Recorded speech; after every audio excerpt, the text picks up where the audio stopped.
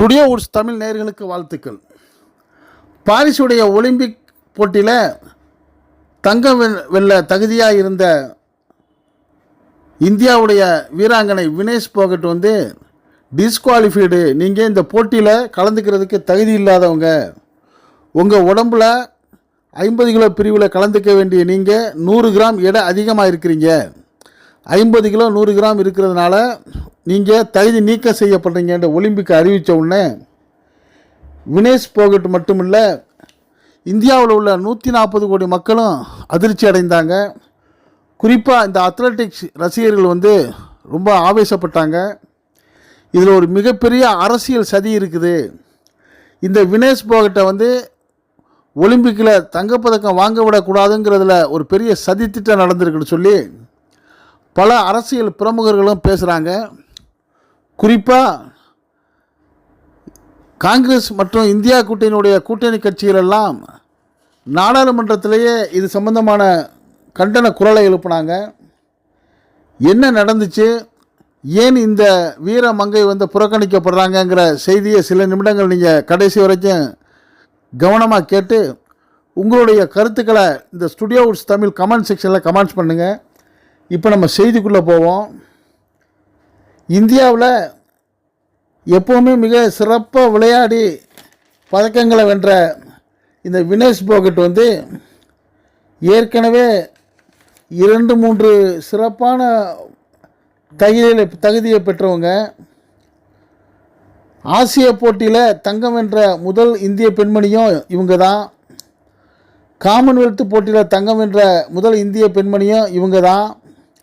நடப்பு ஒலிம்பிக் சாம்பியனில் இவங்க ஃபைனலுக்கு தேர்வாகி வெண்கலம் சில்வரெல்லாம் பெற்று ஃபைனலுக்கு தகுதியாகிட்டாங்க.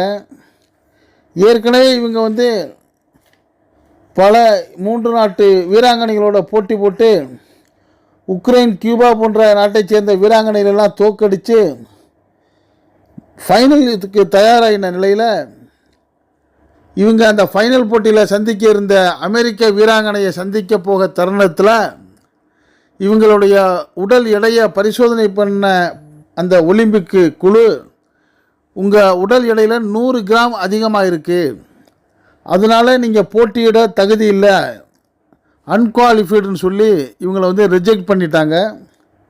எதிர்பார்க்காத இந்த அதிர்ச்சி செய்தியை கேட்டு அந்த வீரமங்கை மனம் தளர்ந்து போனாங்க.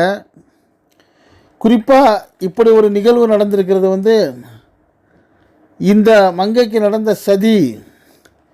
இவங்களை வெற்றி பெறக்கூடாது அப்படிங்கிறதுல ஏற்கனவே பலரும் மிக குறியாக இருக்கிறாங்க அப்படின்னு சொல்லி இந்த அத்லட்டிக்கில் ஃபஸ்ட்டு முதலாக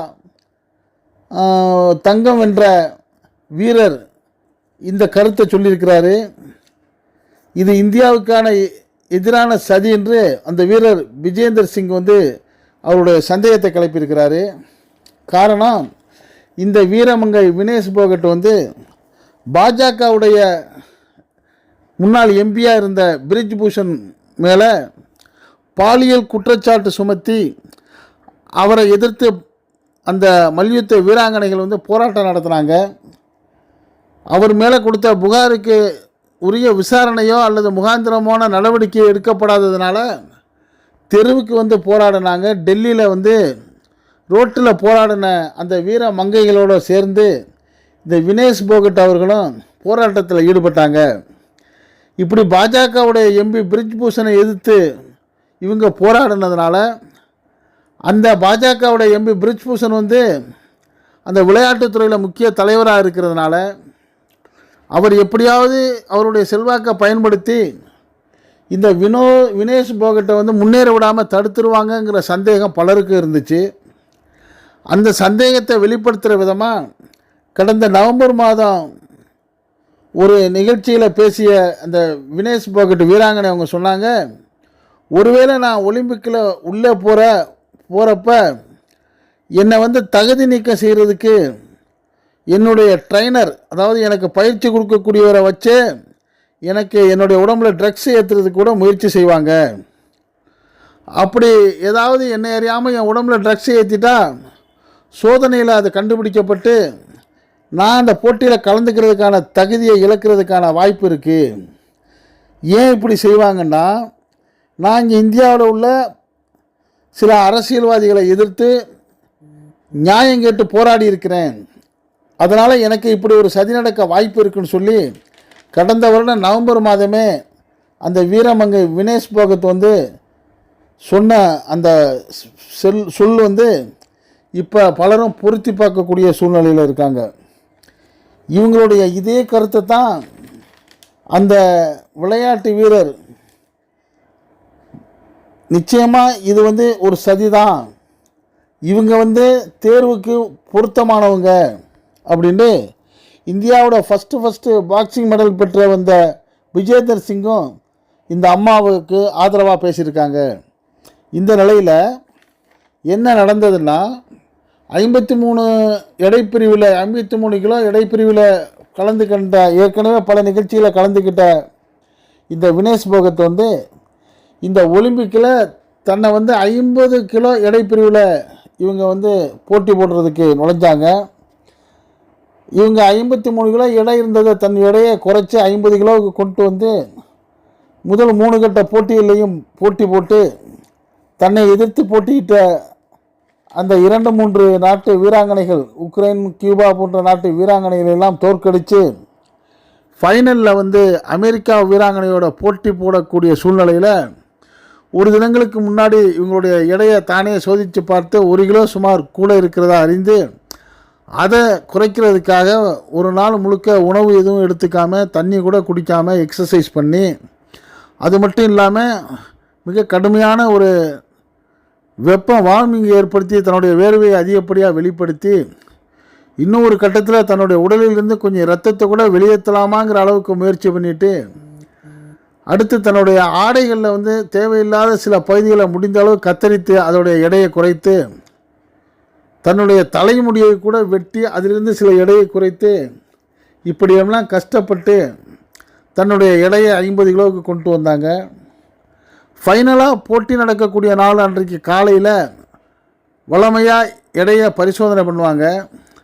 அப்படி பரிசோதனை செய்யப்பட்ட போது தான் இந்த வினேஷ் போகத்துடைய எடை 100 கிராம் கூட இருந்ததாகவும், அந்த 100 கிராம் கூட இருந்ததுனால அவங்களுக்கு தகுதி இழப்புன்னு ஒலிம்பிக் அறிவித்த உடனே அதிர்ந்து போயிட்டாங்க.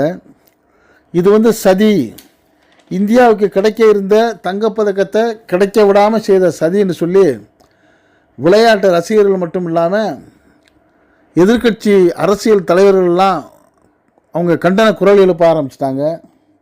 இப்படிப்பட்ட இடையில் இவங்களுக்கு வந்து அந்த கடுமையான பயிற்சியில் இருந்ததால் உடலில் நீர் சத்து குறைந்து இவர்களுக்கு மருத்துவமனையில் அதற்கான சிகிச்சைக்கு வினேஷ் போகத் சேர்க்கப்பட்ட நிலையில் அங்கே அந்த நீர்ச்சத்தை சமம் செய்வதற்கான அந்த சிகிச்சை நடந்து வருகிறது. இந்த வினேஷ் போகத்தோட நீக்கத்துக்கு எதிர்த்து அப்பீல் செய்து இந்தியாவுடைய ஒலிம்பிக் சங்க தலைவராக இருக்கிற பிடி உஷா அப்பீல் பண்ணியிருக்கிறாங்க.